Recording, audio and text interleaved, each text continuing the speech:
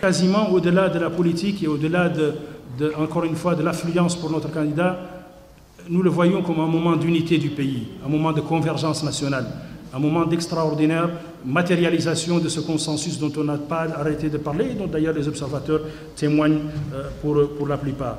Nous sommes particulièrement satisfaits, en effet, de la paix et de la quiétude dans laquelle se déroule cette campagne électorale.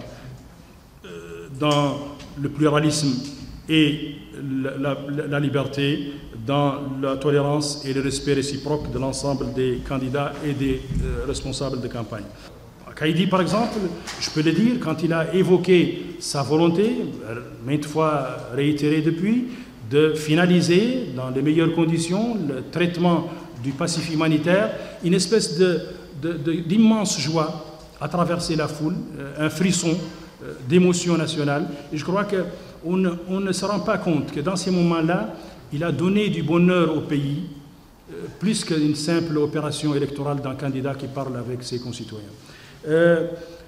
C'était le cas sur le passif humanitaire, quand il a évoqué aussi la lutte contre les séquelles de l'esclavage, quand il a évoqué la lutte plus globalement contre la corruption, quand il a évoqué sa priorité désormais réitérée, profondément vécue par lui comme un élément central, la priorité accordée à la jeunesse et aux jeunes. Donc, la relation avec le Sénégal est structurelle, stratégique, profonde, ancienne et durable à l'avenir.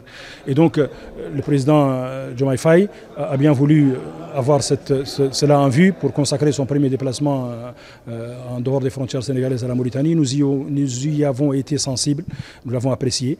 Et je crois qu'entre nous, entre les deux pays, les deux présidents, les deux gouvernements, les choses sont dans la bonne voie, dans la coordination de nos démarches sur le gaz commun. Nous avons commencé cette exploitation en commun et on continuera. Et vous verrez à chaque fois que nous aurons toujours des positions coordonnées, identiques et similaires sur l'ensemble des dossiers qui nous sont présentés sur l'exploitation gazière.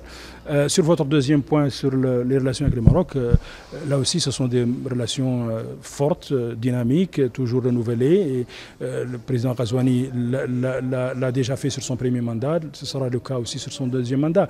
Nous n'avons que d'excellentes relations avec nos voisins. C'est aussi le cas avec l'Algérie, c'est le cas avec le Mali.